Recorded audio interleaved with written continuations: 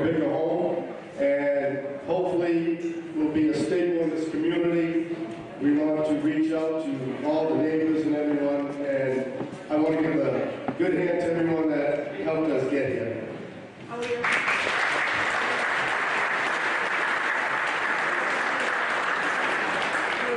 If anyone is looking for seats, there were reserved tables, but some of the tables aren't full.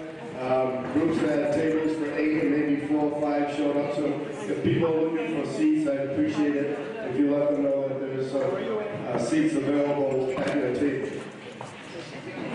In case you don't know me, Kenny Forrest, the unit director of the Boys and Girls Club. People get tired of seeing my picture in the paper, but I love it. I love all the exposure. I'm like my cousin Charlie Avery, he just likes the attention. I want to start by recognizing a few people. I'm not going to go through all the names because there are way too many, but at this time I'd like all the members that were on the MLK committee to organize this to please stand and be acknowledged. All my MLK committee.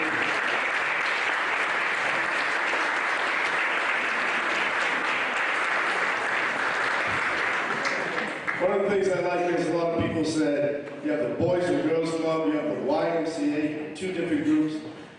Joanne Watson from the Y was so much help in this, and it shows that we're all here for the same reason. And I appreciate the Y working with the Boys and Girls Club to make this happen.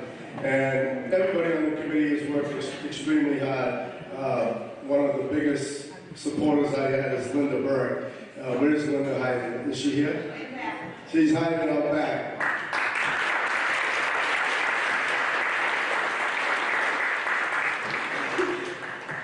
We also have all the members of, most of the members of our board of directors for the Greater New Bedford Wareham Club. Can they please stand up, please? Any board members? Shirley, I see you hiding.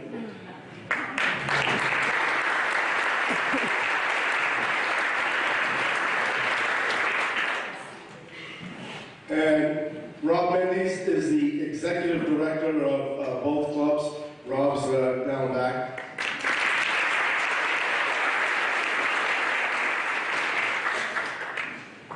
And also, I want to thank Chief Walsh, Carl Baptiste, the entire Wareham police force. The town had a lot of cutbacks in municipal maintenance, and so it's difficult keeping the town clean. But our Wareham police are doing a good job cleaning the streets of Wareham. How about a nice hand for them?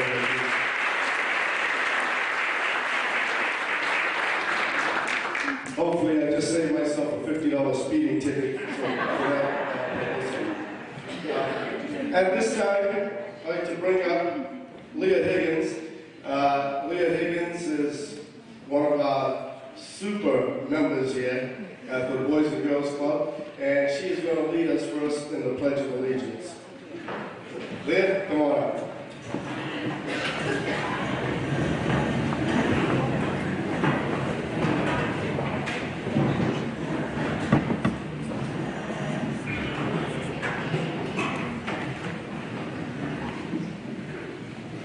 Pledge of allegiance to the flag of the United States of America and to the republic for which it stands, one nation, under God, indivisible, with liberty and justice for all.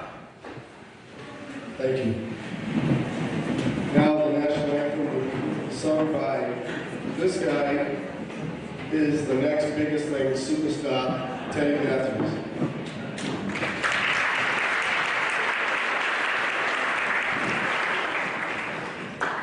Oh, say, can you see by the dawn's early light what so proudly we hailed at the twilight's last gleaming, whose broad stripes and bright stars through the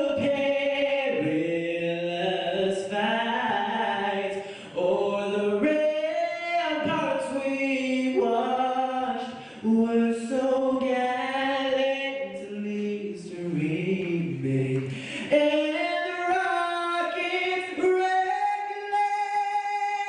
the bombs bursting in air, gave proof through the night that our flag was still there. Oh, say does that star-spangled banner yet wave o'er the land of the free and the home of the brave.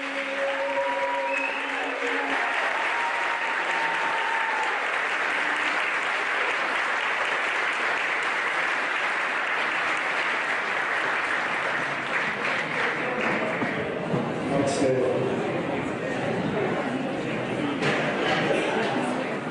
Now for the invocation. Reverend Colin Wright. Good morning. I brought my Bible, but don't worry. I only preach for about 40 minutes. You can say I had 40 minutes, right? I'm just kidding. Today we have the opportunity to pick up the torch of Dr. Martin Luther King Jr.'s vision. Today his thoughts and words and actions continue to motivate and mobilize a nation. Generations have been impacted by Dr. Martin Luther King's life. I have notes because if I don't, I'll go off.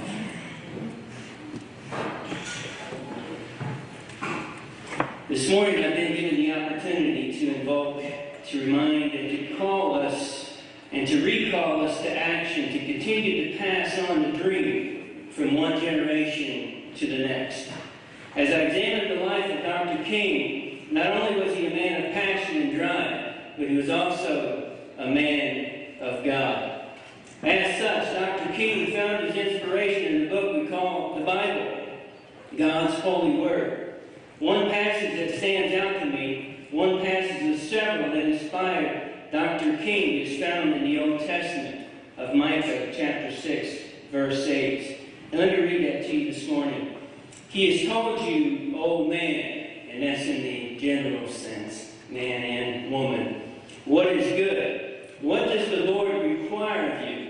But to do justice, to love kindness, and to walk humbly with your God. These three simple but powerful words gave meaning and purpose to Dr. King's life and vision. What does God require of us? What does God require of you today? What did God ask of Dr. King? To do justice. He was about justice, a man of justice in action. To think and to act towards our fellow man as God would. Doing right, living by God's law, following hard after truth. This motivated Dr. King. To love kindness, to be compassionate, caring for the downcast and the less fortunate. To lend a hand up and out of life's difficult situations. This is what motivated Dr. King. And to walk humbly with your God. To take on the modest and unassuming attitude. To show mutual respect towards all people. This is what Dr. King lived and eventually died for. The call is loud and the call is clear. As Dr. King continues to compel us to come and follow me. And this morning I want to invite you, as we're here this morning with young people, old and young alike, to pick up that torch once again and not allow it to die. Not allow the passing of time to just be that, but to motivate us to continue to do what Dr. King has encouraged us to, the voices of the ages. Amen. Do you want me to pray for the food now? All right. Thank you very much.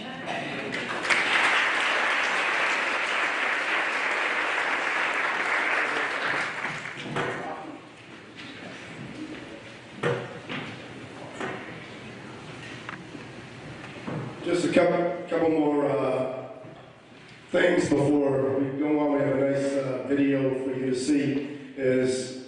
I want to thank my staff. Without them, this club wouldn't be here. Program coordinator, Mary Center.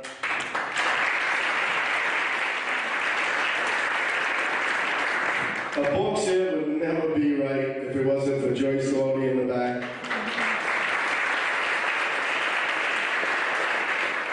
Maureen Roper. Maureen is not even on the paid staff, but she comes in and volunteers a lot, and she brings us all kind of food, so we love her. Maureen.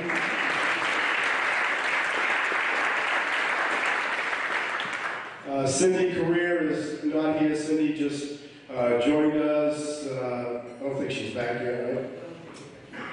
Cindy had to go to North Carolina to attend a funeral. But she's not here, but we can still clap for her.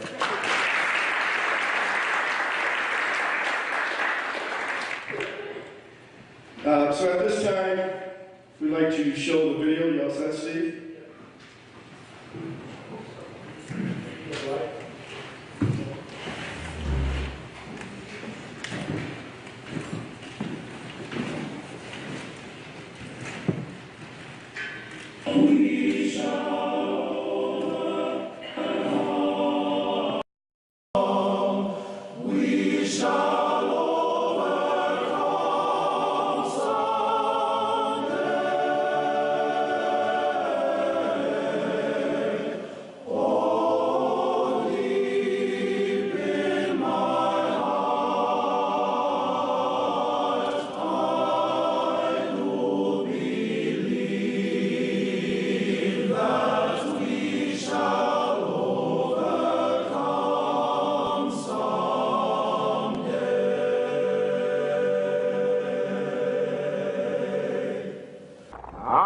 Happy to join with you today in what will go down in history as the greatest demonstration for freedom in the history of our nation. 50 years ago, a great American, in whose symbolic shadow we stand today, signed the Emancipation Proclamation.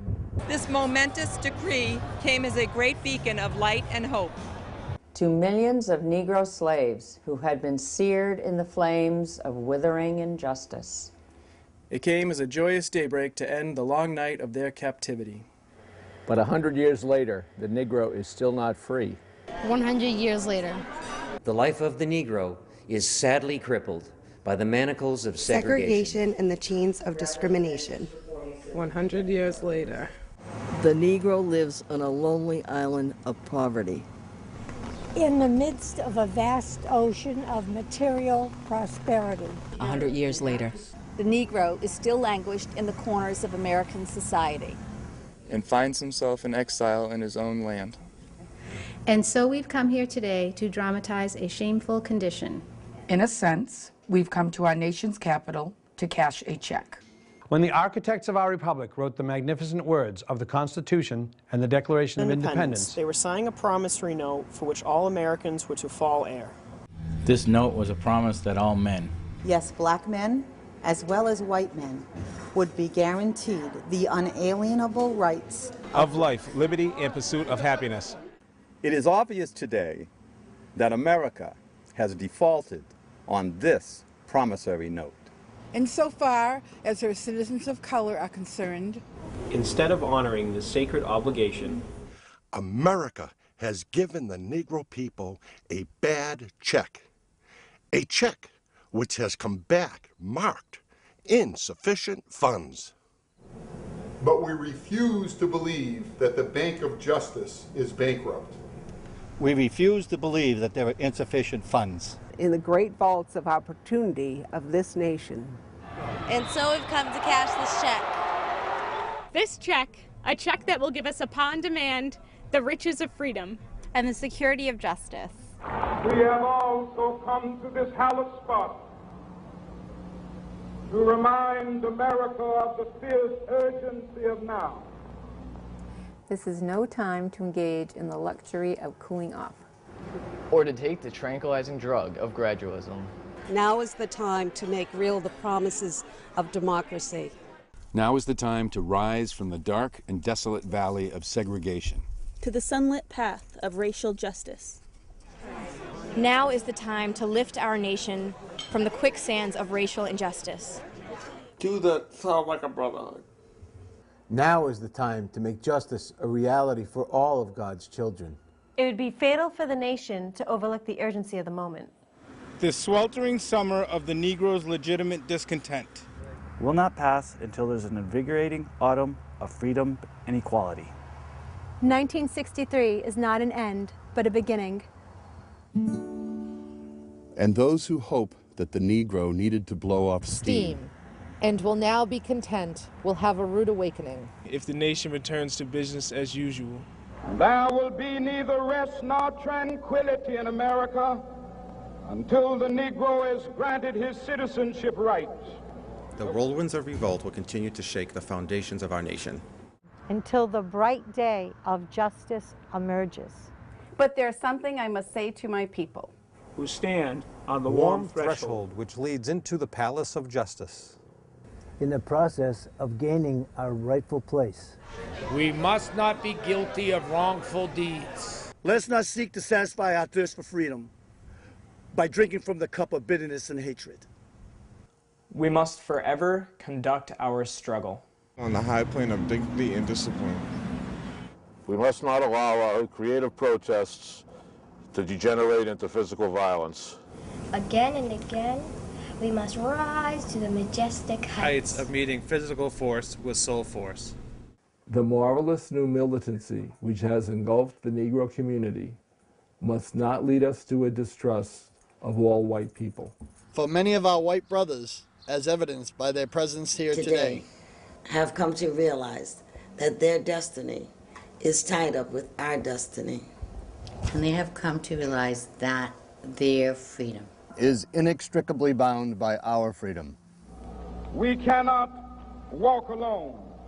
And as we walk, we must make the pledge that we will always march ahead. We cannot turn back. There are those who are asking the devotees of civil rights, when will you be satisfied? We can never be satisfied. As long as the Negro is the victim of the unspeakable horrors of police brutality. We can never be satisfied. As long as our bodies, heavy with the fatigue of travel, cannot gain lodging in the motels of the highways or the hotels of the cities. We cannot be satisfied as long as the Negro's basic mobility is from a smaller ghetto to a larger one. We can never be satisfied. As long as our children are stripped of their selfhood and robbed of their dignity with signs saying, "For whites only." We cannot be satisfied as long as a Negro in Mississippi cannot vote, and a Negro in New York believes he has nothing for which to vote. No, we are not satisfied. And we will not be satisfied until justice rolls down like waters. And righteousness like a mighty stream. I am not unmindful that some of you have come here out of trials and tribulations. Some of you have come fresh from narrow jail cells. And some of you have come from areas where your quest for freedom left you battered by the storms of persecution and staggered by the winds of police brutality. You have been the veterans of creative suffering. Continue to work with the faith that unearned suffering is redemptive. Go back to Mississippi. Go back to Alabama. Go back to South Carolina. Go back to Georgia. Go back to Louisiana. Go back to the slums and ghettos of our northern cities. Knowing that something can and will be changed. Let us not wallow in a valley of despair.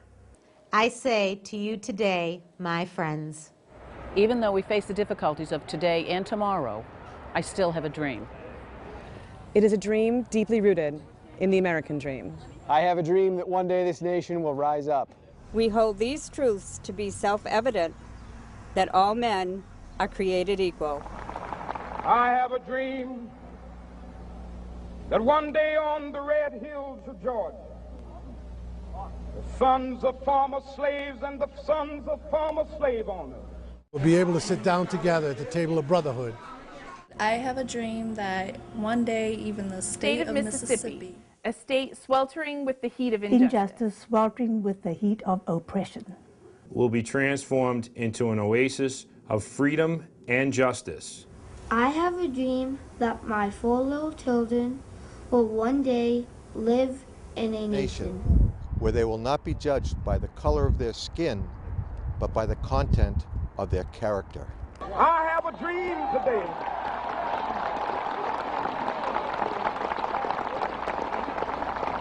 I have a dream that one day, down in Alabama, with its vicious racists, with its governor having his lips dripping with the words interposition and nullification.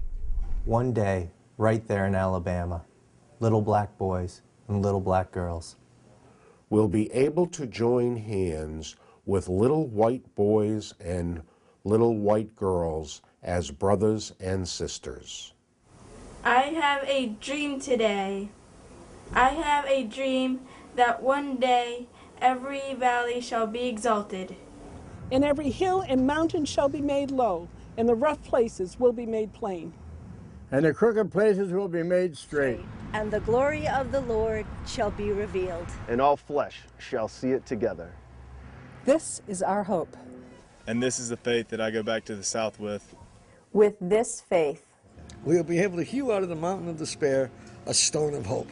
And with this faith, we'll be able to transform the jangling discord of this nation into a beautiful symphony of brotherhood. With this faith, we will be able to work together. To pray together, to struggle together, to go to jail together. To stand up for freedom together. Knowing that we will be free one day, and this will be the day. This will be the day when all of God's children will be able to sing with new meaning. My country, 'tis of thee, sweet land of liberty, of thee I sing. Land where my fathers died, land of the Pilgrim's pride. From every mountainside, let freedom ring. And if America is to be a great nation, this must become true. And so let freedom ring from the prodigious hilltops of New Hampshire. Let freedom ring from the mighty mountains of New York. Let freedom ring from the heightening Alleghenies of Pennsylvania. Let freedom ring from the snow-capped Rockies of Colorado. Let freedom ring from the curvaceous slopes of California. But not only that. Let freedom ring from Stone Mountain of Georgia. Let freedom ring from Lookout Mountain of Tennessee. Let freedom ring from every hill and molehill of Mississippi. From every mountainside, let freedom ring. And when this happens, when we allow freedom to ring, when we let it ring from every village and every hamlet, from every state and every city, we will be able to speed up that day when all God's children, black men and white men, Protestants and Catholics, Jews and Gentiles, will be able to join hands and sing in the words of the old Negro spiritual. Free at last, free at last. Thank God Almighty, we are free at last.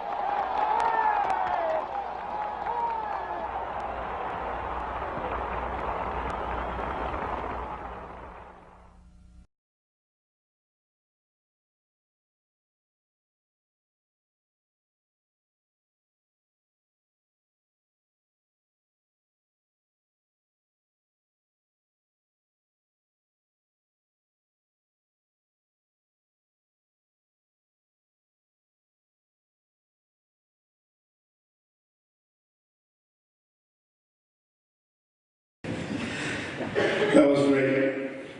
At this time, Reverend is going to do the blessing of the food, and then what I'm going to do is start with these rolls right here, and then when they're done, we'll go to the back and forth, so folks in the back don't always feel like they're the last ones to hear. Let's bow our heads this morning. Gracious Father, once again we thank you for allowing us to be a part of this vision, to pick up that torch of freedom. And Father, we ask you to bless this food, that it would strengthen us to do the work that you have set before us. We ask your blessing upon this time and each person that's here this morning. In Jesus' name we pray. And we said together, amen. Okay, starting with Miss Sullivan's table. If you go through door number 7, that's the big deal of the day. You'll get the meal behind there. Come back out through this side, and then when the line goes down, we'll call the folks in the back, and then the next section. I'm going to start it off with a community service award. There are a lot of people in our town that do so much.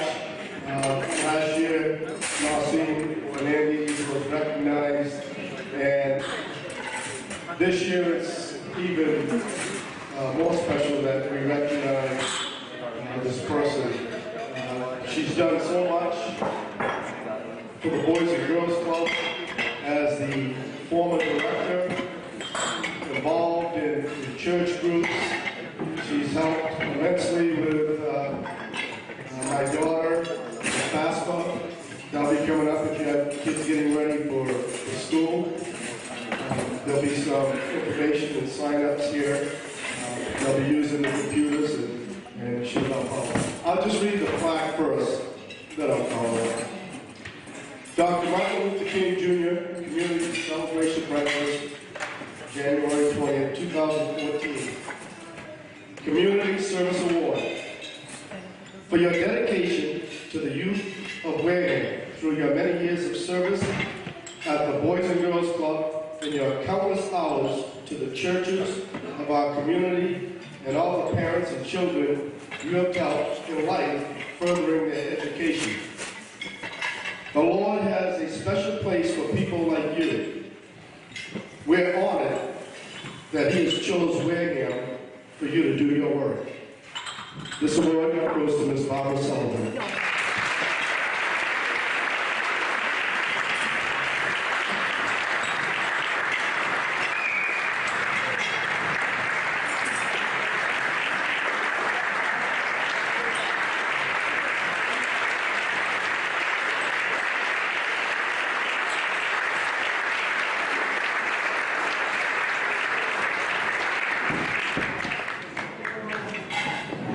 Thank you so much. I tried to talk the committee out of this, but they would have none of it. But I just wanted to say it is an honor, a pleasure, and with heartfelt thanks, I just so appreciate this community and just being allowed to touch lives here. You know, as those before me have said, you know, what's important is that we touch lives. And that's all I want to do is touch lives. Stop kids on the street. What are you doing? Okay? Are you going to school? Call me. And I know there are many people that do that in this community, which is what helps to make it such a great community to be involved with. Thank you, and God bless you.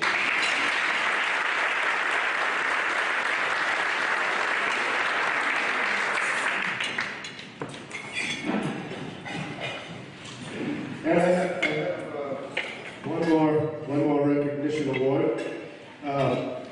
Boys and Girls Club, there's a lot of volunteers and then there's workers, some come and go. We had a special gentleman that was with the club for about 6 years, moved on, doing teaching at Wareham High School, middle school, wherever. He was a major help to me in the transition after Ms. Sullivan left. So the recognition award for your dedication to the youth of Wareham through your many years of service at the Boys and Girls Club is presented to Jimmy Canada.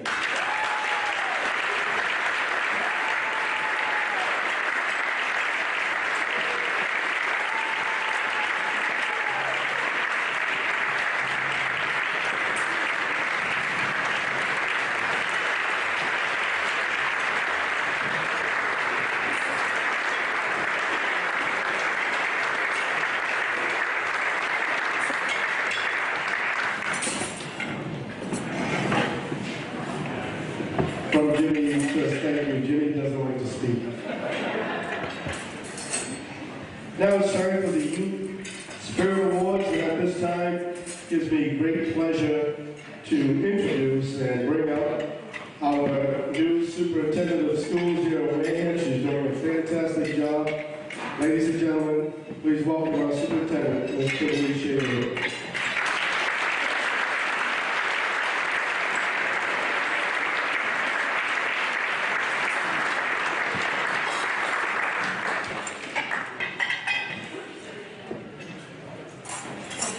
While she's working her way up, I just want to wish well to Representative Susan Williams-Gifford, who went to the hospital today. She's in Mass General. She was going to do some presentations up here, but maybe I can get Chairman Mr. Tyler Wong to fill in for her. We'll get to that point. Chairman?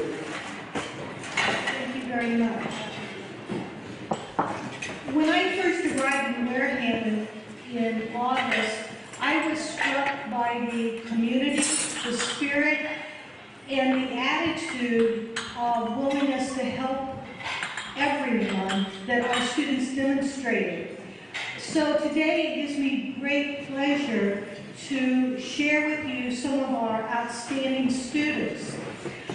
One of the privileges that I have is to work with an outstanding administrative team, and they are instrumental in working with students. I would like to introduce you to my administrators and to other. I have one more person I believe that's coming up to help present, and they will be sharing the award winner from their building. So at this time, I will turn it over to Mr. Palladino from the high school.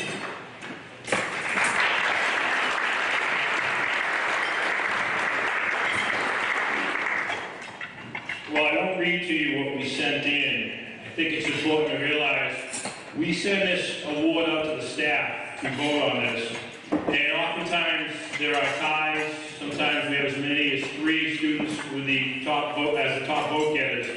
This year, it was a unanimous selection for Charlemagne Erasmi for the Martin Luther King Jr. Youth Spirit Award. As you can read, Charlemagne is very involved in the school. She is one of our top 5 seniors. She has received the Harvard Book Award, very prestigious, and she's also applied to Harvard and hopes to get in. She'll be finding out very shortly on that.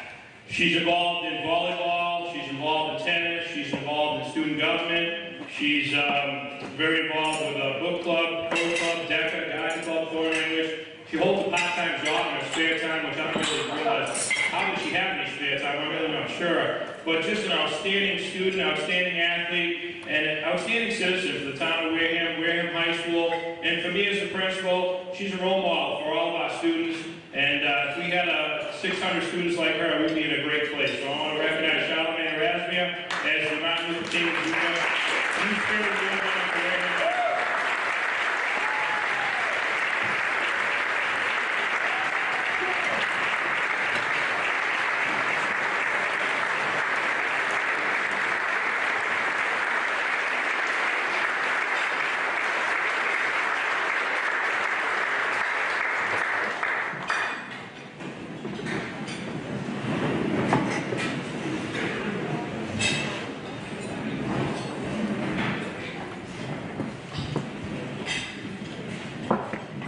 And now we have Mr. Mingle from the middle school.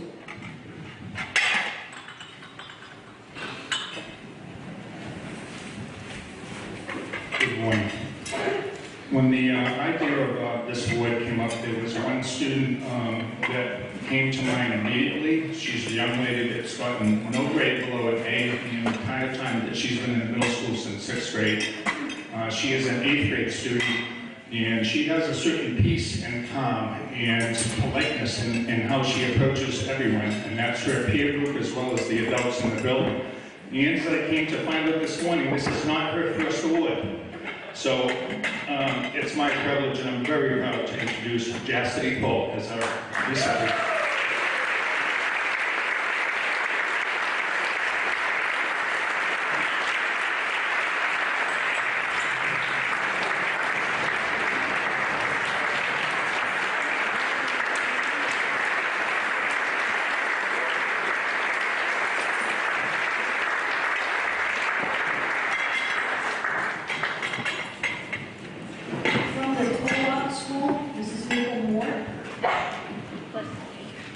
Thank you. I had first had the opportunity to meet Kevin O'Brien, our award winner, when I was a teacher in 8th grade. I was fortunate that he was attending the Cooperative School Night School program, so our paths crossed again. Kevin is a very unassuming, very empathetic friend to all the students in our school. He also works very hard. He helps out his mom, who works the night shift at Target after he comes to night school. He also is in a band, and he has donated his services to Shriners in Boston. I'd like to introduce Kevin O'Brien, our award winner.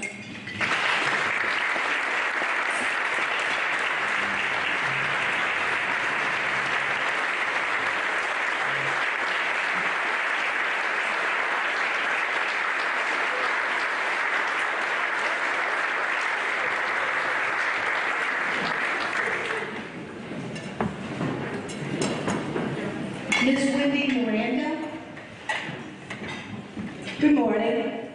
I welcome this opportunity to recognize a student at West Wareham Academy. This student is an incredible young man. He has overcome many obstacles and he perseveres. He is the first student who is always there to lend a hand to other children in the building. He is committed to his education and is committed to the community at West Wareham Academy. I'd like to recognize Cody Parker for this award.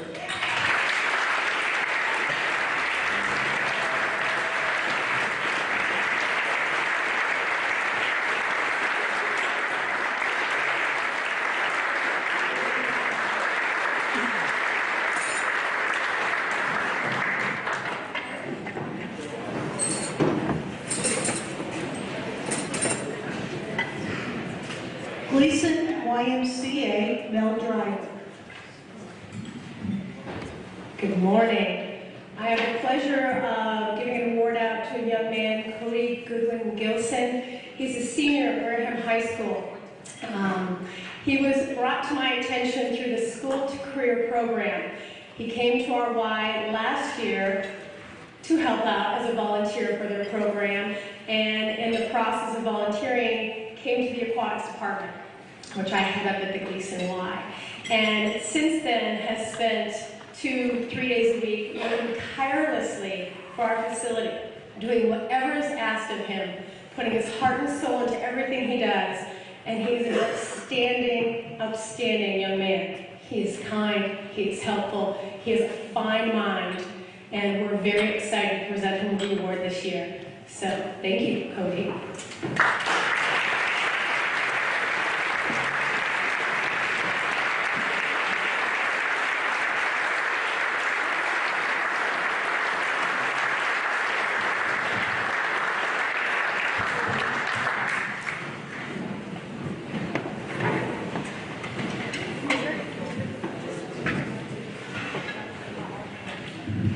Mrs. Siemens from Minot Forest. Good morning, everyone. This is a surprise award because the family did not let their child know that she was getting this award. So at the elementary school, the 100th day of school is a big deal. Students bring in 100 items. It could be Cheerios, it could be buttons. But this student decided to do something different for the 100th day of school. So she wanted to raise $200 so she could purchase 100 meals for families in need in Wareham. So she set out with that goal. And she not only met that goal, she surpassed it. And she raised $600. And that was,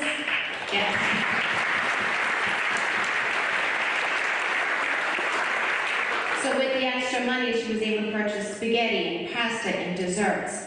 And she was able to feed 100 families. And the remaining money was donated to the food pantry. So I would like to congratulate Emily Ann Schluter from Minot Forest for this award.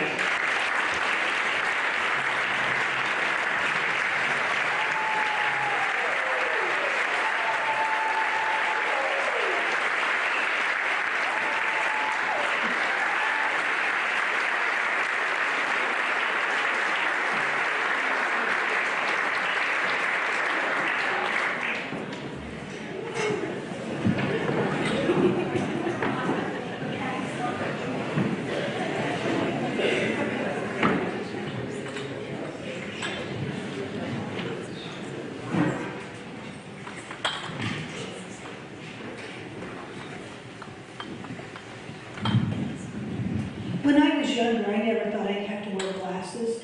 Now, if I ever go without glasses, who knows what's going to come out of my mouth. So I'm very grateful that I have them here today, because now it's my pleasure to introduce Inajit Council from Deacon's Elementary School as the winner of the Spirit Award.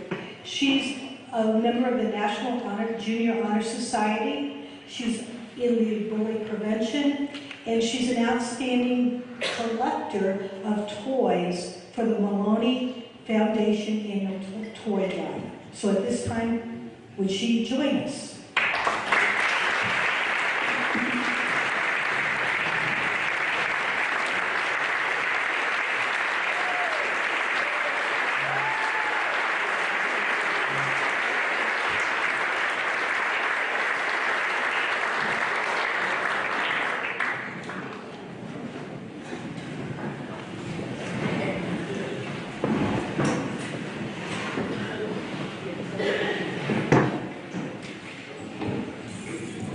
Our next award winner is from Upper Cape Tech. Billy Lynn, who is a senior and a resident at Wareham. Her plans next year to attend Bay State College and major in fashion merchandising. She works part-time, she plays volleyball, and she's highly respected by all staff and faculty. So at this time, I introduce Billy Lynn.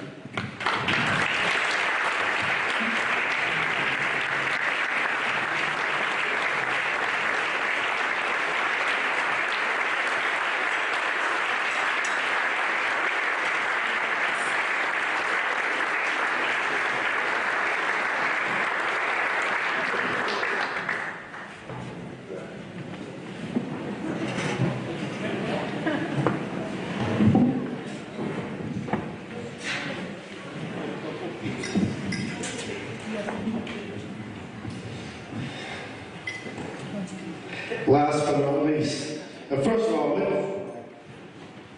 Emily Ann, she raised all that money. You were going to be on the Boys and Girls Club fundraising staff.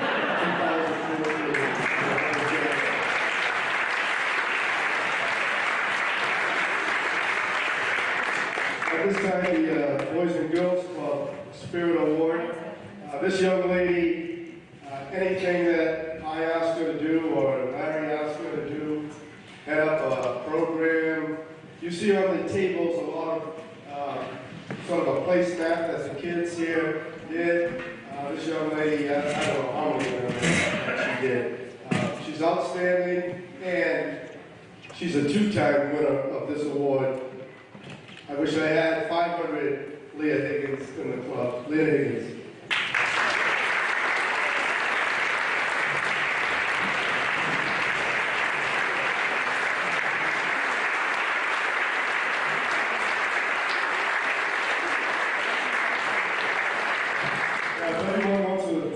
Across the front for a photo opportunity, and then we're going to get ready for Mr. Charles Andre, who will be introducing our keynote speakers. Do you want to come up?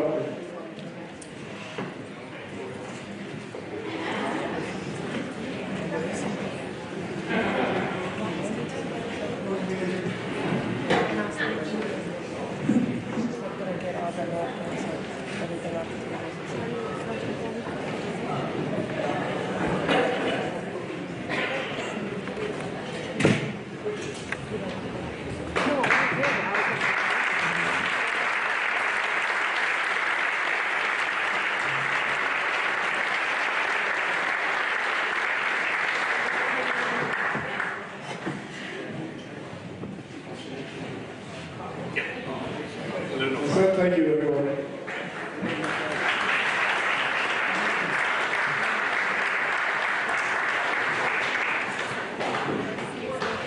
Before I bring up Charles Andre, if you ever have a event, wedding, party, and you're looking for a world-famous DJ, we're honored to have DJ Lady K in the house who's celebrating her birthday. Happy birthday, Lady.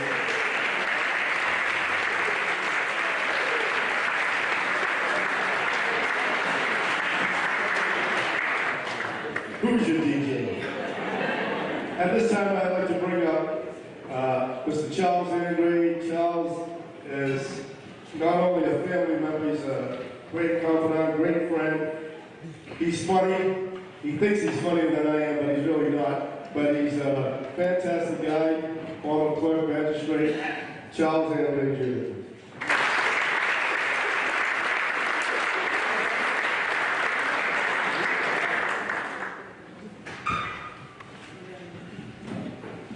Good morning.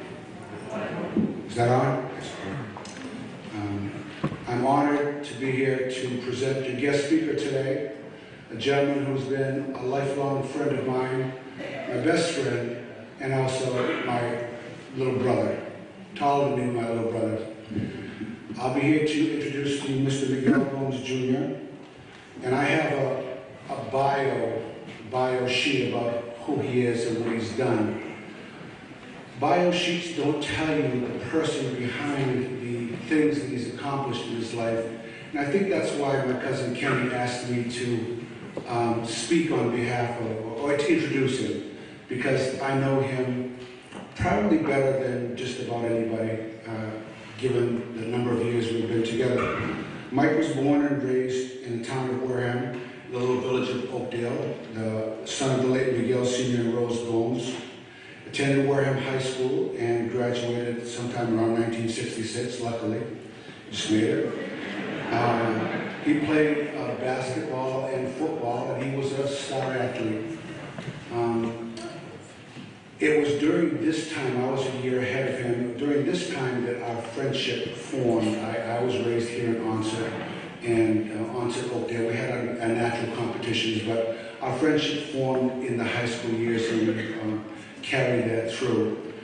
Mike is a second generation Cape Verdean family, and he learned a lot at my house, where my 4 younger sisters and I, we taught him how to dance, because he didn't know how to dance at all. And I learned a lot at his house as well, from his mom and his dad.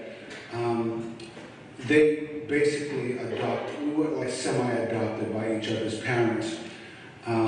Rose was just a wonderful lady who taught me about giving and sharing.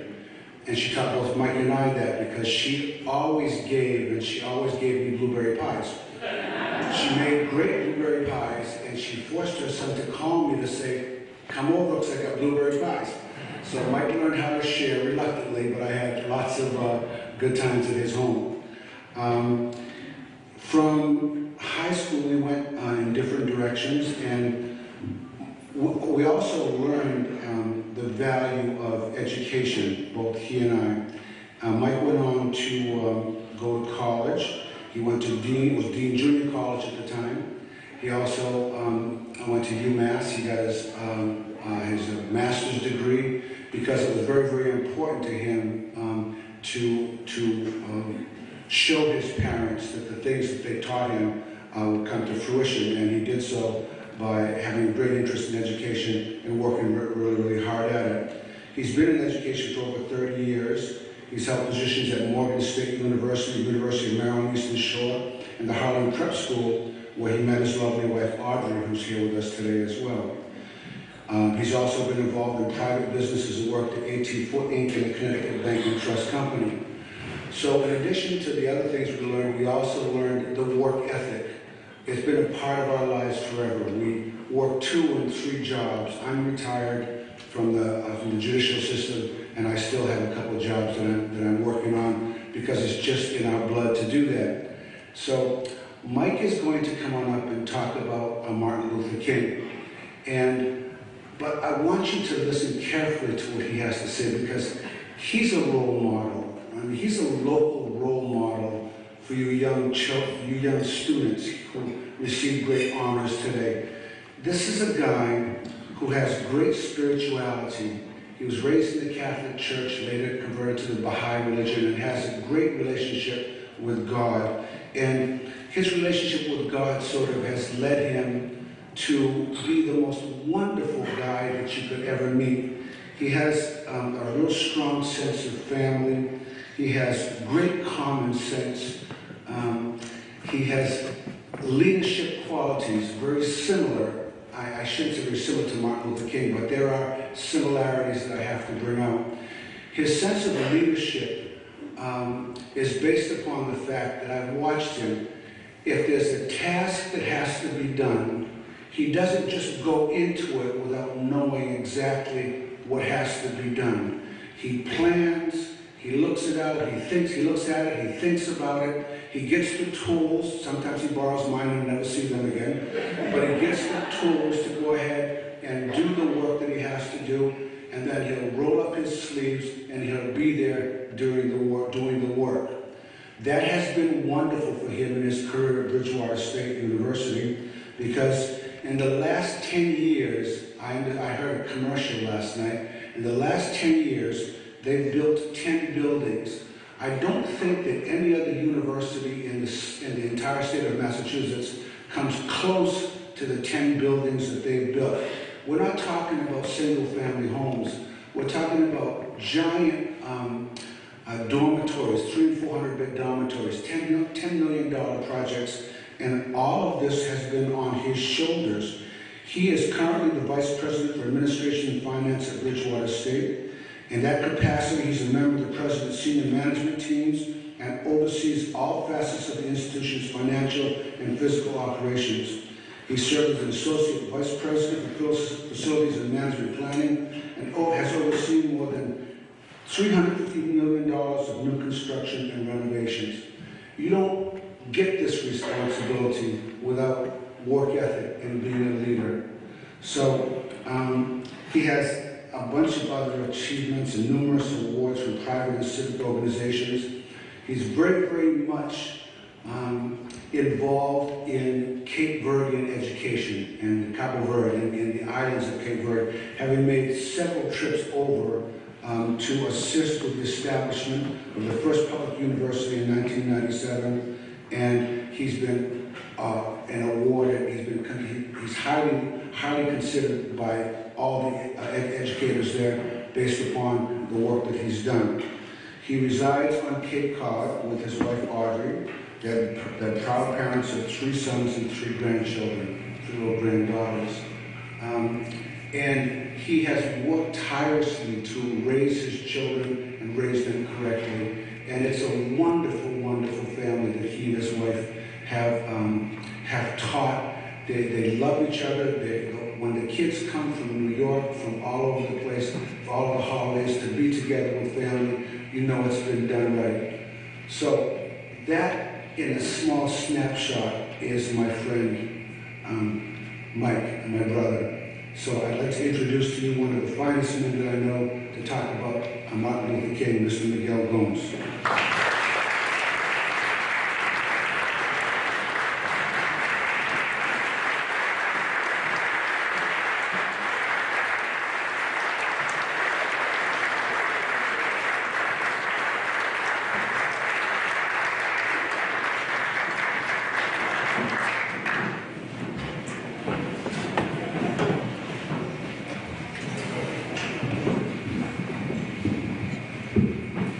Charlie Short.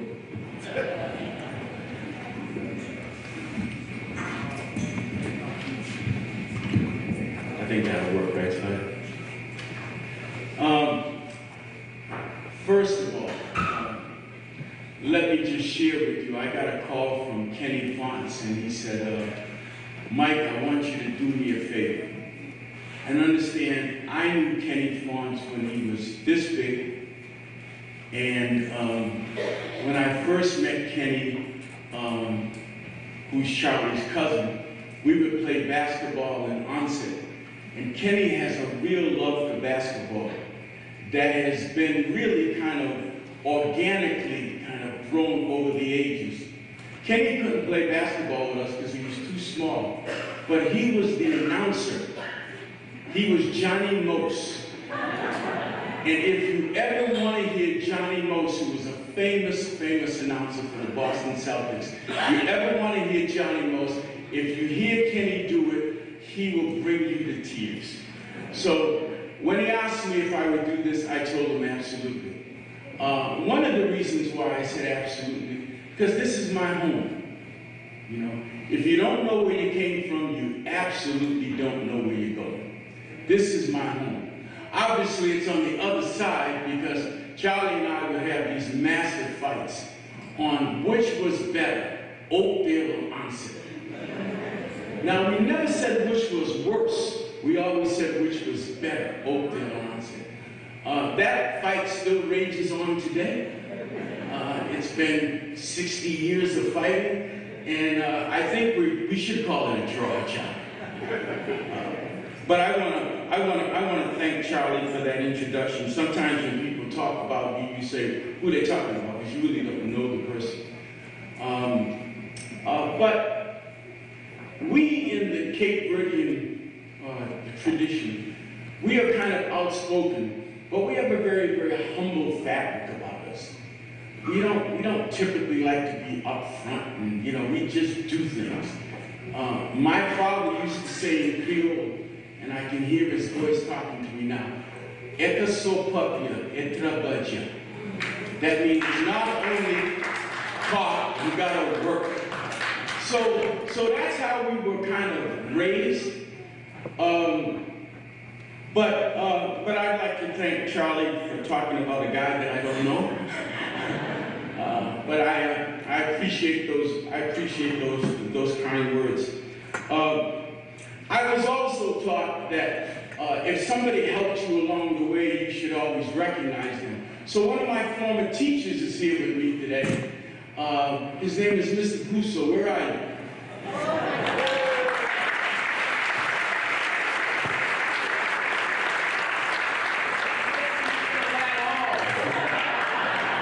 He was my 8th grade teacher, and at the time he was 12. No. Also, I'd just like to take this time to just introduce to you somebody who's near and dear to me, who's my sister, Pearl Mendy. So Pearl, please stand up one more time.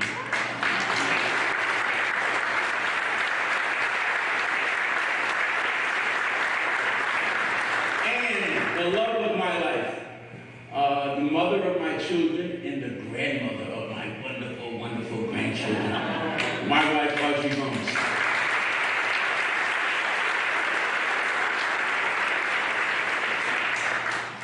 So we come here today on this wonderful occasion to celebrate the life and the achievements of Martin Luther King. What just a fine tribute. I think about that because we grew up during those times, and it was not until 1986 that the Congress actually proclaimed a holiday in his honor. But it didn't come with that easy. It came with a lot of back and forth and wrangling, because there were those who said, was he worthy of such an honor to have a holiday in the United States that were really kind of relegated to presidents? But what a profound difference, and I'll call him Martin, not out of disrespect, but what a profound difference the Reverend Dr. Martin Luther King Jr. made to us and for us. Oftentimes when you do things like this, you have an accounting of his life. And some folks say, I know that already. But you know, I think it's worth doing that. And I'll go to Mr. Old Brusso. Did I call you Old Brusso? No, I didn't do that. I'll go back to Mr. Brusso and say that most of us educators take the time when we have people gathered like this, and I don't want you to glaze over or anything. We call this teachable moments. There are times in your life when you can impart something. I'd rather have a conversation with you all, but I can't do that. There are some 200 or so people here. So I'm just going to kind of do it the old-fashioned way. It's called the Socratic method. I'm going to lecture to you a little bit. You know, I'm not going to ask for you to give me much, but I'll lecture to you a little bit. Martin was born in 1929. Of the parents, his father was a reverend, born in Atlanta, and probably we would call them middle or upper middle class family. Martin stayed most of his life there, graduated from the esteemed institution Morehouse College at the age of 19 in 1948. I said at the age of 19. Okay. I've been in higher education almost 30 years. Some folks are on the 5-year plan, some folks are on the 6-year plan, some folks are on the plan. And Martin graduated summa cum laude, and I know old folks who graduated thank you laude. So he was a renowned student. There is a particular connection to Martin with the state of Massachusetts that some of you may not know. Teachable moment. He earned his PhD in 1955 from BU, a college that I have some affiliation with because my son went there. And just listen to the years, because they go by quickly. He had this yearning because he saw an injustice, and he wanted to combat racism. So in 1957, he formed the Southern Christian Leadership Conference, made up of reverends. You know, you're going to hear that whole thing about faith throughout this. As he did that, his popularity grew in the United States, and he was actually asked to go to a very large church in New York City. He had spent a couple of days there, and the last day he was there, a woman who was deranged almost took his life in 1958. So we almost lost him in 1958. He recovered from that and started this quest. In 1963, as you saw per the video, was one of the most profound marches that this country has ever seen, and probably will ever see. It was the March on Washington. Hundreds of thousands of people went there. After the March on Washington, as was his fate, he was jailed. And he wrote something there that he said was the longest thing that he ever wrote in his life. It was the letter from the Birmingham jail. And he wrote this letter to his other clergymen, because everybody wasn't happy with Martin. Everybody wasn't really happy with Martin. There was some that thought that he did things that he was going a little bit too far. You know, he should do a little bit more to get along. There were some that thought that he wasn't doing enough. If you remember Malcolm X, if you remember Stokely Carmichael, if you remember H. Rap Brown, all of those folks said, listen, this nonviolent stuff isn't going to get it. What we need to do is we need to form the Black Panther Party. What we need to do is we need to do to them what they're doing to us. Martin says, no, I'm not doing that. But Martin did not stand idly by. There are two things that he, from a very, very, very long letter, two things that I gleaned from that letter, two statements. He wrote, because he was trying to convince his clergymen, we're on the right path here. Yes, I've been jailed a number of times. Yes, I've marched and they've thrown rocks at me. Yes, I've marched and they called me everything but the child of God. But I want you to know this. He said, we've waited for more than 340 years for our Constitution and God to get our rights. So in other words, he was tired of waiting. He was bent on getting justice for all. You all have to understand that. This was not a Negro thing. This was not a Negro thing, okay? He wanted justice for all because he said in his letter, injustice anywhere, injustice anywhere is a threat of justice anywhere. So it wasn't just in the South. He was looking for everything. As I thought about doing this, as I often do, I kind of ponder and say, you know, who knew Martin? What would they and have they said about him? So I did some research, if you will. His sister, to give you kind of a flavor of Martin, His sister Christine King Francis, she said, I believe that it's important to explain that my brother was not a saint, ordained as such at birth. He wasn't a saint. Instead, he was an average, ordinary man, called by God, in whom a deep and abiding faith he performed extraordinary deeds. Always grounded in faith. One of his classmates wrote something that I thought was very profound. Yesterday, we all, probably, not all of us, but some of us waited patiently for the Patriots to play. Because, we had to wait. So, 12 o'clock came, 1 o'clock came, 2 o'clock, and you hear the same old thing, stop the game, stop the game. Well, we have this propensity in the United States, I think, maybe other parts of the world too, as it pertains to soccer, to do this idolizing things and people. And so I grew up as I played football and I played basketball in high school and college and what have you. And so I like the Patriots. I love the Patriots. But I can't remember the last time Tom Brady called me. Or Tom Brady wondered if I got to work. Or Tom Brady, he wasn't around when I had both my hips replaced. So, I like Tom Brady, but I'm not going to idolize Tom Brady.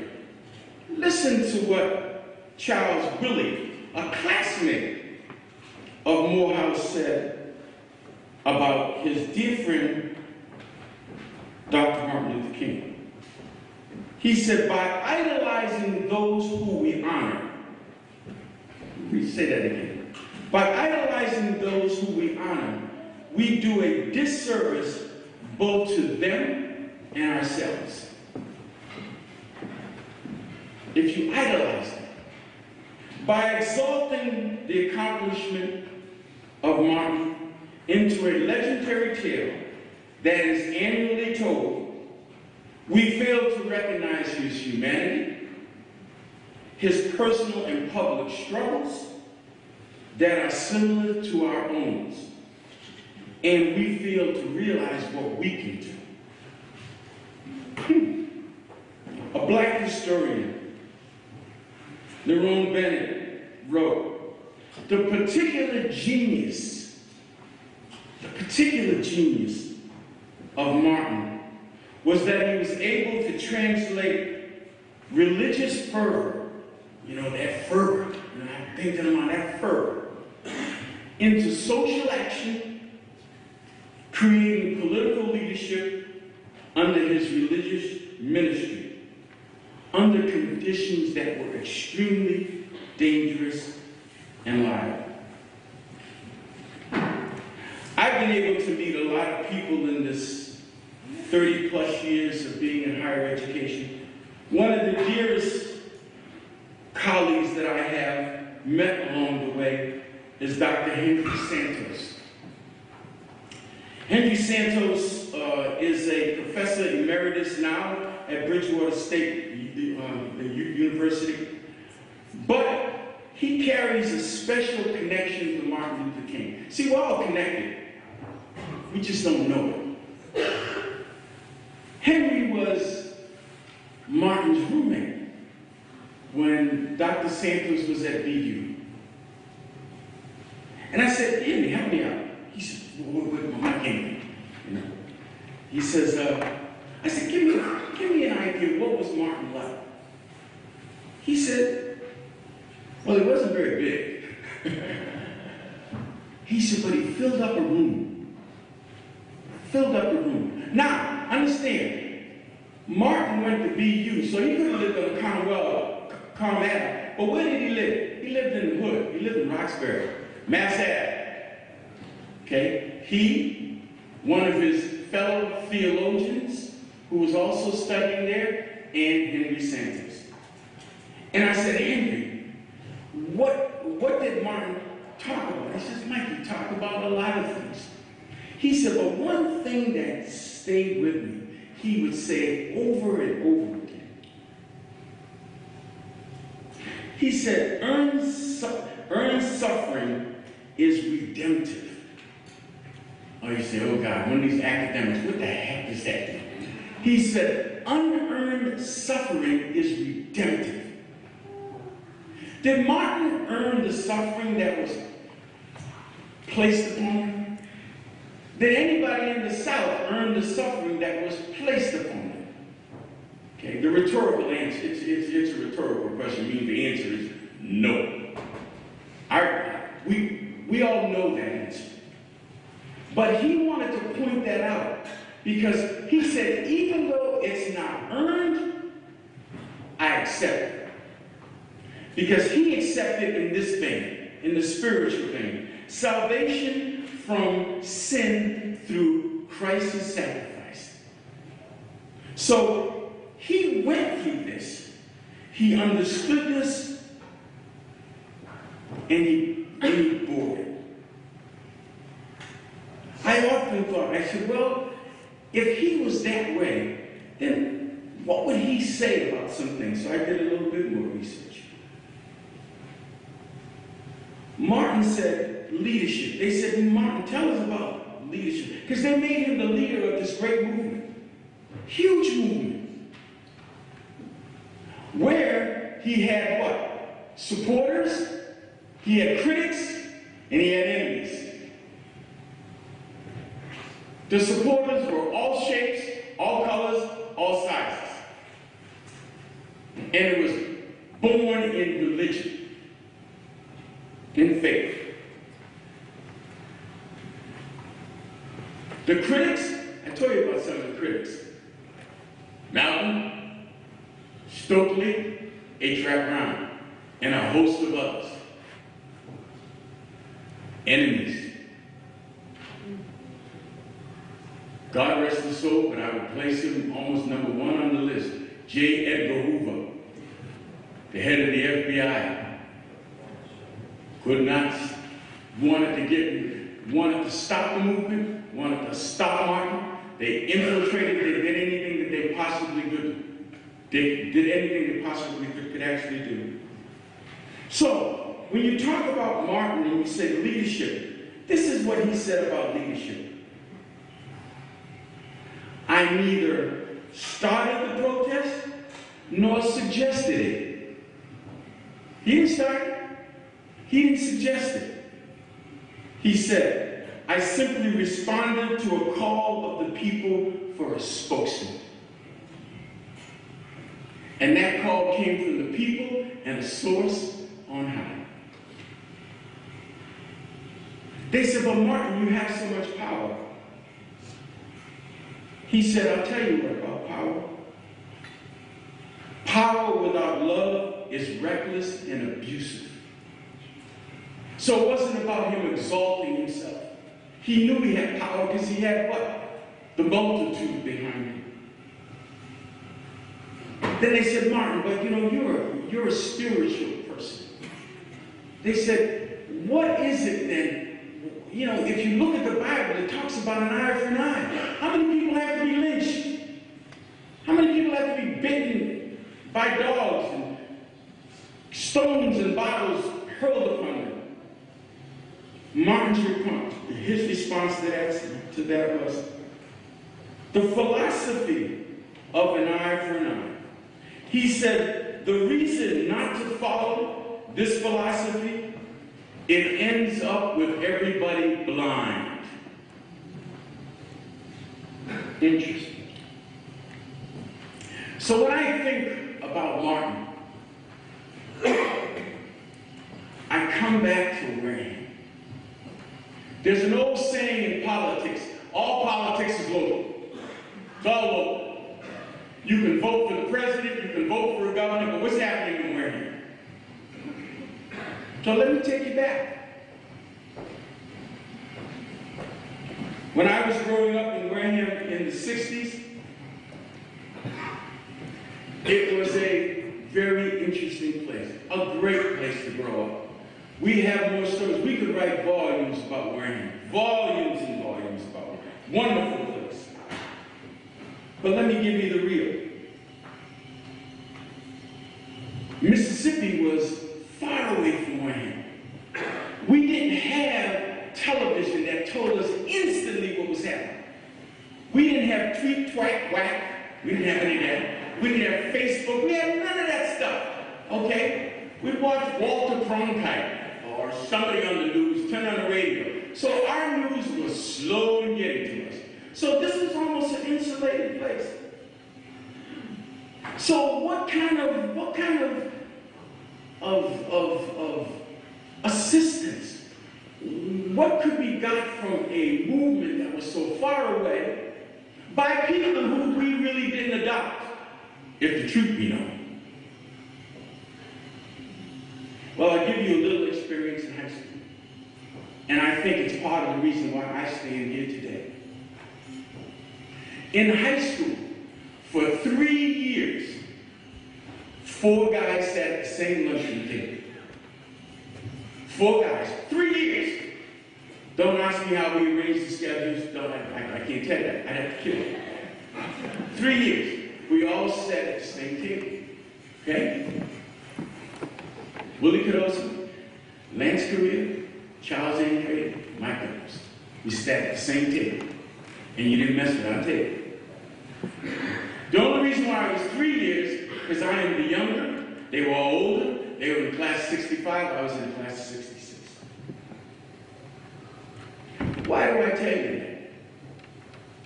Those 4 individuals got something from Martin Luther King they had no idea they were getting. What could we possibly get? He was in Atlanta, Mississippi, Birmingham, Alabama. What could we possibly access? In Wareham, due to history, in Wareham, for us to go to college was not very easy. Okay. Few were chosen. Many were called and not that many were chosen. Not that many were chosen. What happened? When this movement happened, doors started to open. Doors started to open. And all of a sudden, in the mid-60s, okay, affirmative action, all of these things where we're trying to equal the playing field here. Because it wasn't because we couldn't do the work, we just couldn't get in the door. So the equaling of the playing field. So I go back to the 4 amigos. What happened to those 4 amigos? 2 of them got law degrees. The other 2 got advanced degrees from colleges and universities. Unheralded in Wareham. I put those 4 guys against anybody. No, I put the 3 guys, I leave myself out. I put those 3 guys against anybody. Because we had access, because of the work that was being done in the civil rights movement, it opened things up. It opens up. So, when I think about MLK, I think about that. I think about all those struggles.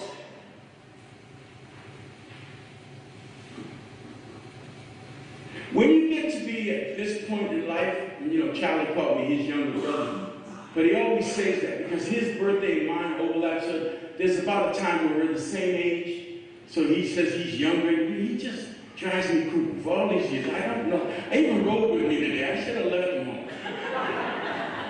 But he truly is a brother from another mother who was all of our mother.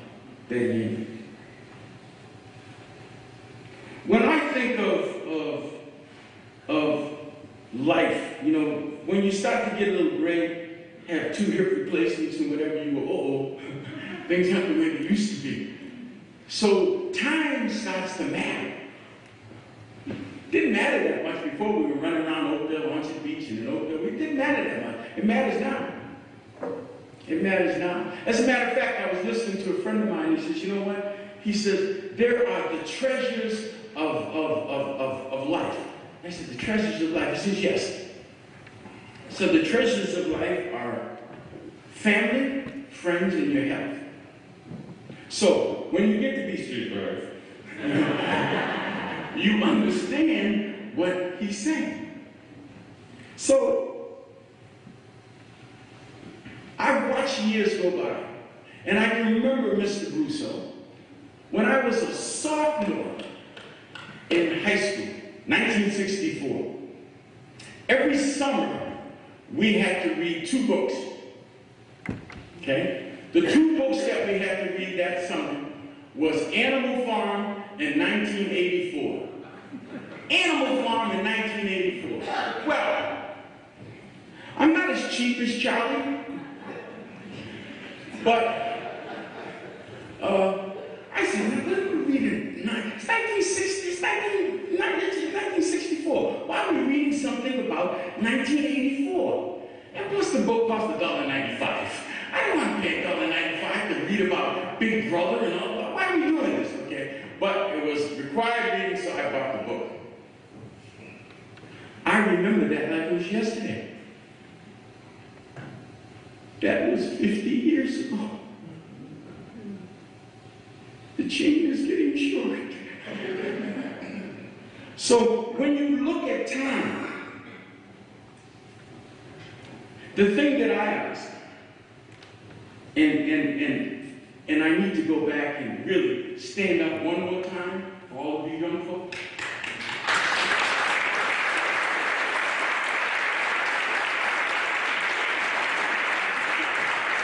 When you think about time, you say, what are we going to do with the time that we have to do something good? What are we going to do with the time that we have? Don't talk about the time we have left, but what are we going to do with the time that we have? Sometimes I bump into people that are, oh, I'm too old, I've passed it, I can't do it anymore, and they come up with all these excuses as to why you can't do it. Let me ask you this. What if Nelson Mandela, when he came out of jail from Robben Island, at the age of 71, took that position? 71 years old. If you're 71 years old, you say, well, I paid my dues. Matter of fact, I was in jail all the time. I'm just going to lay back in South Africa. I'm not going to do anything. No. Took a whole different course. So for 20 plus years, he changed. He changed the power of one. He changed South Africa. He changed South Africa. So think about it. Think about what you do with your time. We heard in the, let me back up for you. But Martin was not given that. Martin lived for 39 years. And one of his famous speeches was the one that he talked about, I've been to the mountaintop.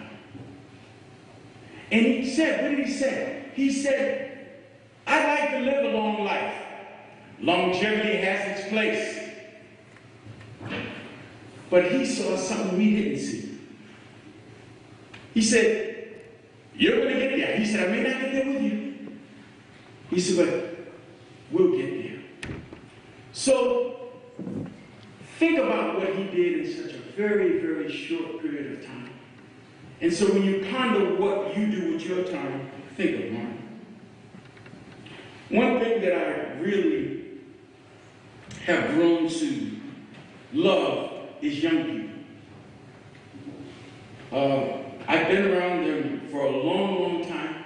And one of my mentors, who was a college president, Dr. Earl Richardson, who was the president of Morgan State University, he and I worked at 2 institutions. He said, Mike, we're blessed to work at these universities. And I said, why, Dr. Richardson? He said, because those students keep us young.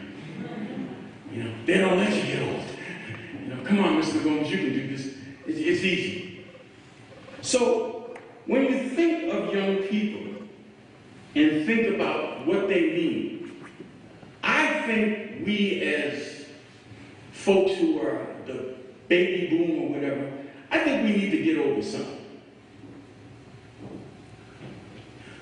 Old Aunt said Old Oakdale is old. It's not going to be that way anymore. We do a whole lot of criticizing, if you will, of young folk. We shouldn't criticize them. We should exalt them. I'm going to tell you one thing. Technology is going nowhere.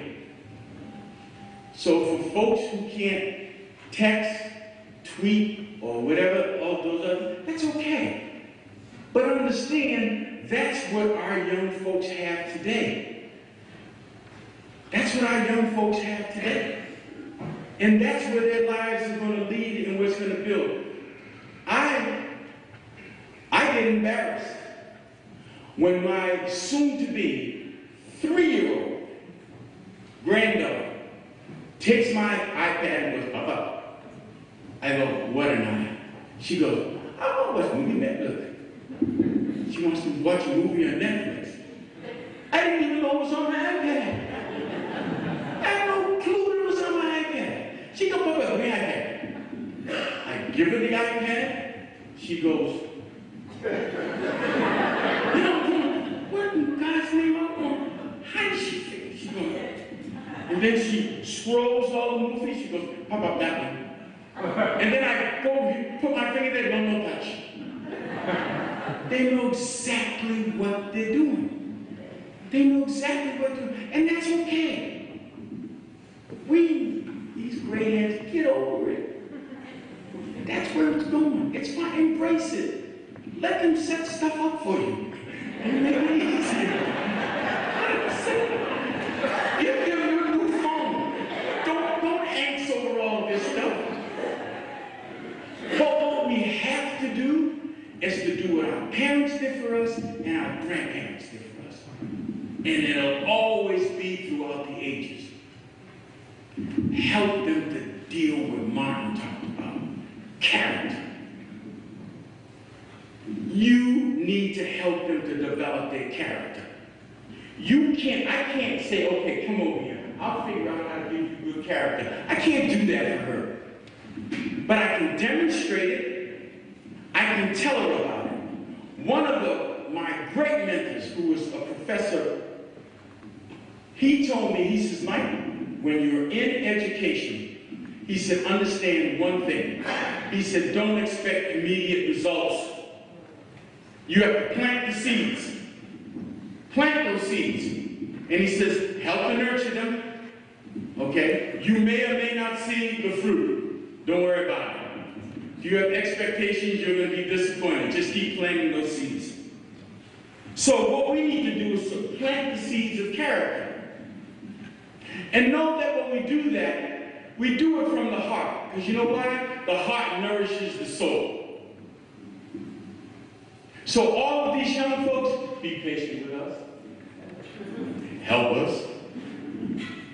But us who have had all of this wisdom, this so-called wisdom, okay, use it in a positive way. You want to wrap this up in a minute? Charlie is, Charlie always tries to give the last word, but I refuse to let him do it. Because I remember I said this was a teachable moment.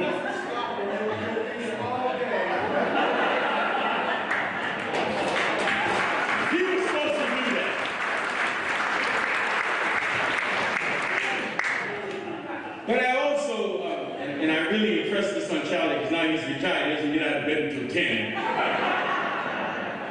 I always want to leave you with something too that, this journey that we're on is a lifelong journey. And I found a quote, and it was from Michelangelo. And the quote was when he was 87 years old. And it's in his native language. He says, "Ancrate in Paro." At 87, he says, "I am still learning." So, for us that don't know all of the little niceisms of technology, I will leave you with one final thing as I close. Thank you, sir. Consider one thing. I didn't know what LOL meant. I didn't know what BFF meant.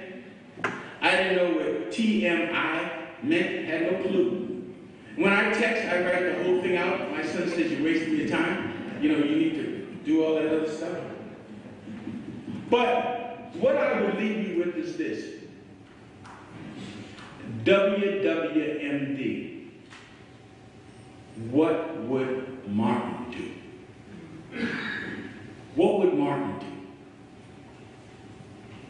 If you consider his life, if you consider his fight for justice, freedom, equality, when you consider the WWMD, hopefully it will guide you to make right decisions. I thank you for this honor. God bless Wareham, the Boys and Girls Club, and all of you.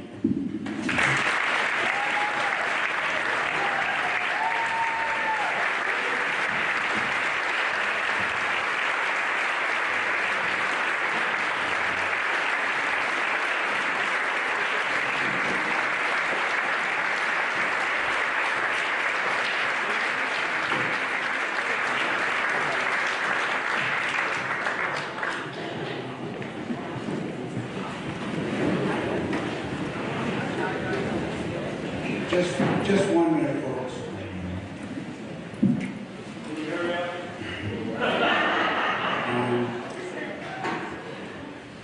We talked about the value of education and what it means, both Mike and I, and I just wanted to say that not everybody needs a higher degree in education to be successful. There are so many of our brothers and sisters who are very, very successful in the things that they do. My sister, Lady Kay, is very, very successful in her business as a DJ.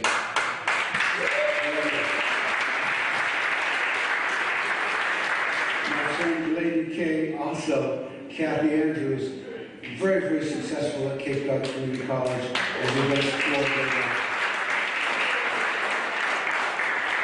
And what we do is valuable. As he said, we have access and it allows us to break new grounds. As one of the lawyers that he talked about, I was the first Cape Verdean full-time professor at Cape Cod Community College.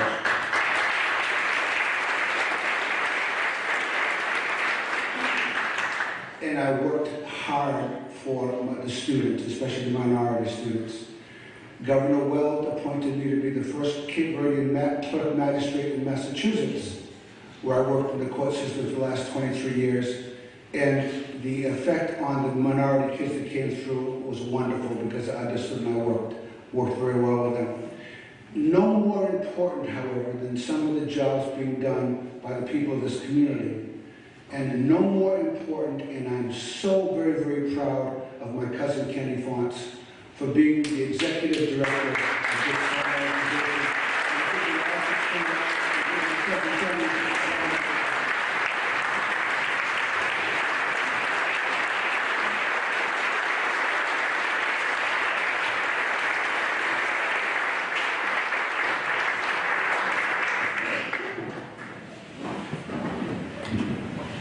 Thanks. For our keynote speaker, thank you for your support and inspiring speech at our celebration. Your dedication to the students at Bridgewater State University, the town of Wareham, and all the surrounding communities is a tribute to the person that you are. Miguel Gomes.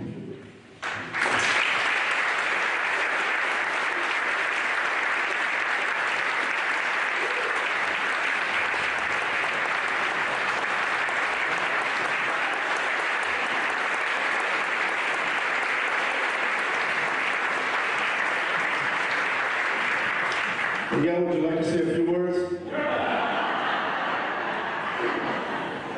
Thank you.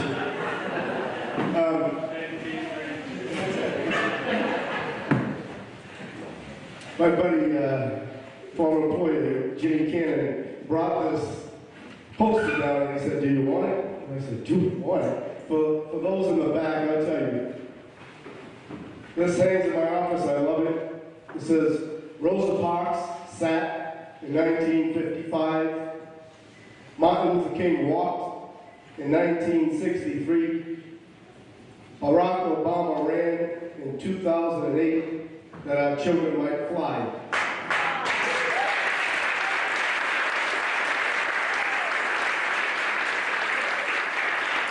The reason I love it is when Mr. Mendes offered me the job, one of the things I said is our goal is to get the club to the next level. Ellie, now, everyone that was in the past, Miss Sullivan will tell you, I got the club here. Now it's up to you to take it to that next level. And that's all we're trying to do, and we have a great group of kids. On every table, I know everybody wants to get out of here, but I want to take 5 minutes. On every table there's a plaque that we asked the kids, and Larry did a great job with it. And since everybody can't read it, I'm just going to ask one person from each table just to stand up and read that one sentence that each child wrote, starting with table by Mr. Sweat. And you can hold the applause after we read it. My name is Ariel Troop from West Wareham, and I have a dream that there will be world peace. Also, I have a dream to pet a unicorn. Next. My name is John from Brockton, and I have a dream that everyone is protected. Mr. Burson. My name is Devin Johnson from Wareham, and I have a dream that they have a cure. My name is Skylar Perry from East Wareham, and I have a dream that all kids can afford a computer. My name is Kevin Barnett from East Wareham, and I have a dream that all kids can have a proper education. My name is Skylar Perry from Onset, and I have a dream that everyone has respect for each other. My name is Jason Travers from Wareham, and I have a dream that everyone can be kind and not fight. My name is Paul Burnett from East Wareham, and I have a dream people in the world stop bullying and don't judge a book by its cover. Judy? My name is Steve Mosquito from Wareham, and I have a dream that there is no more violence in our home. My name is Valentine Fernandez from Monster, and I have a dream that everyone can help us book.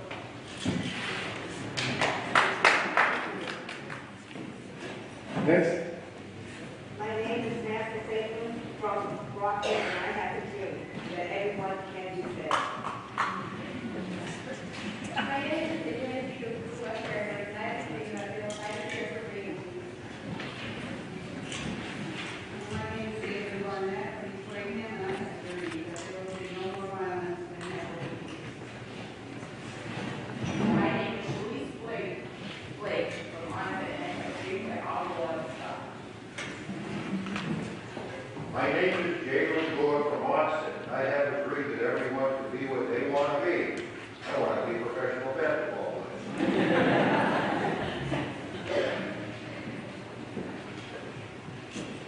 My name is Emerson McCollum from Wareham. I have a dream that there's no more hunger. My name is Jasmine Simmons from Wareham. I have a dream that everyone can be better at what they love. I wish I could say that. My name is Henry Fernandez, and I have a dream that next year, hopefully we'll all come back, and so we'll all have the same dream back again. My name is Leah Higgins from East Wareham, and I have a dream that there will be no more violence. My name is Jared Dwachik from Wareham, and I have a dream that everybody be nice and not to give up on anything. My name is Mike Dwachik, and I have a dream that all the boys will flip their pants.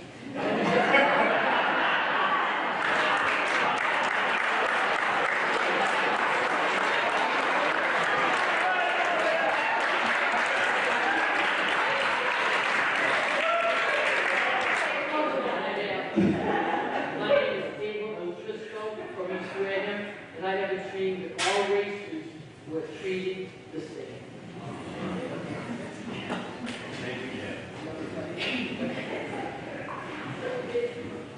My name is Mike Matthew from East Wing, and I have a dream that everybody can play together and get along together. My name is Tyler Morrow from Wareham, and I believe that everyone should go get a pet. My name is Pete Floyd. I'm from East Wareham, and I have a dream that all the people will go out there. Is that it? How about a nice hand for our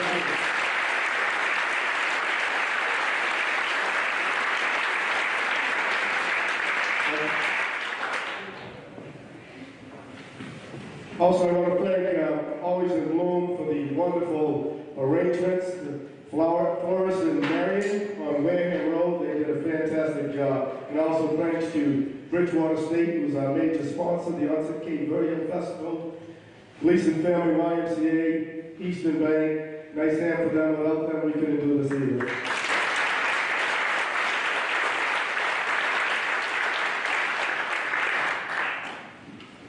It was my privilege to invoke you, and I think everybody else has done that quite well. And it's my honor to give the benediction. I just want to say, let freedom reign.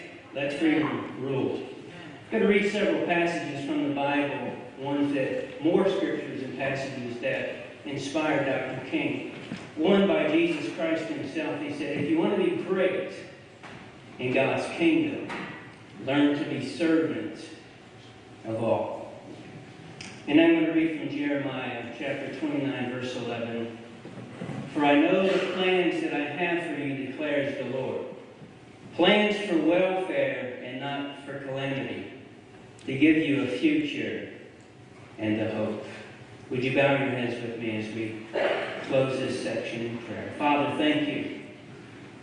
We thank you for men like Dr. Martin Luther King. And we thank you for these young people who have assumed and will carry on the passion and the dream of Dr. King. We thank you for these who have gathered today. May we not let that rest here, but may it live on in our lives, in our communities, and across this state and nation. We ask your blessing on this day and the remainder of this day. In Jesus' name we pray. And could we say together, Amen. Now to wrap up our program, it would not be the same. I was nervous that Mr. Carter was not around. We sent the Wareham police to get him. He was home still mourning the loss of his dear patriots. Ladies and gentlemen, how about a nice hand for Mr. George Carter.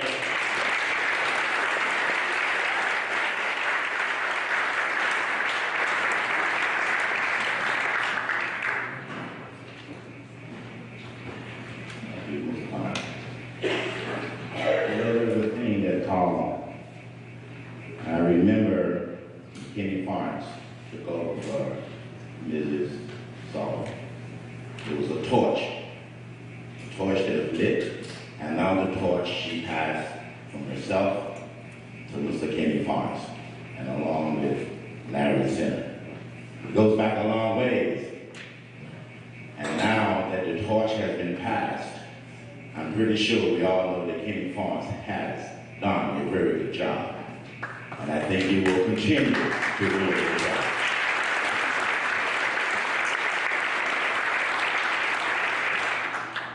I just want to put light on a song here. The song is about a journey. We all are on a journey. Martin was on a journey. At the end of his journey, he surrendered to God. And he laid down his burdens down by the riverside. Now I'm going to attempt to sing this song. We all are on this journey, every one of us. So as I attempt to sing this song, all you have to do is say, down by the riverside. Let's see, can we do this? Gonna lay down my burden down by the river, way on down, way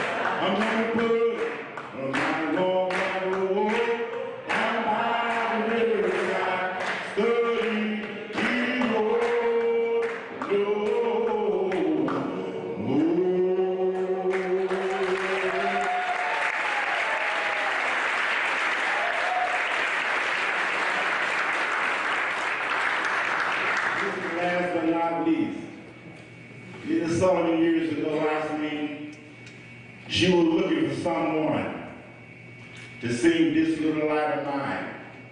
And it just so happened that I connected with her. And she says, you know, this is the song, Mr. Carter, that I wanted someone to sing. And it just came at a great time, like she said. She just could not believe it. So this goes back now that she has passed on the torch.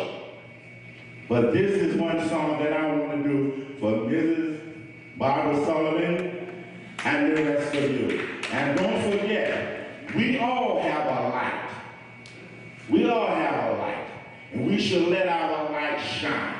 And you know how you can do this? Just respect each other and do unto others as you would have others do unto you. And that will summarize everything that we're here about today. This song is for you.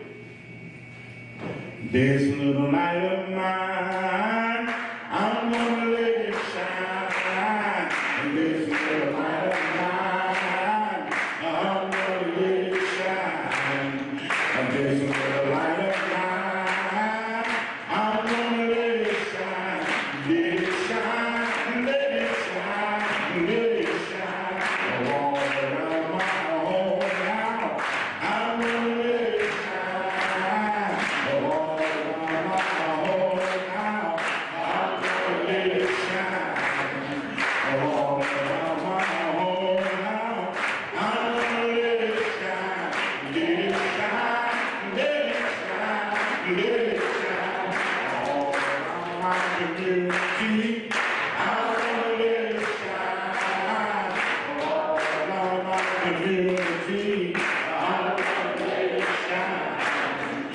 All around my community, I'm gonna let it shine.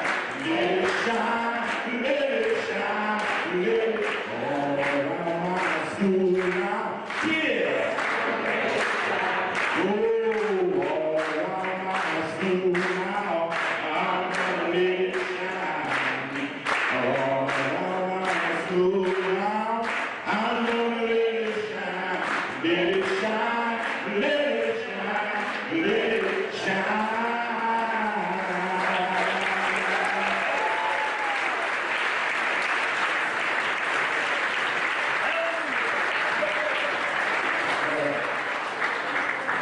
Well, it's a tough decision between Teddy Matthews and Mr. Carter here on the X Factor. Great job.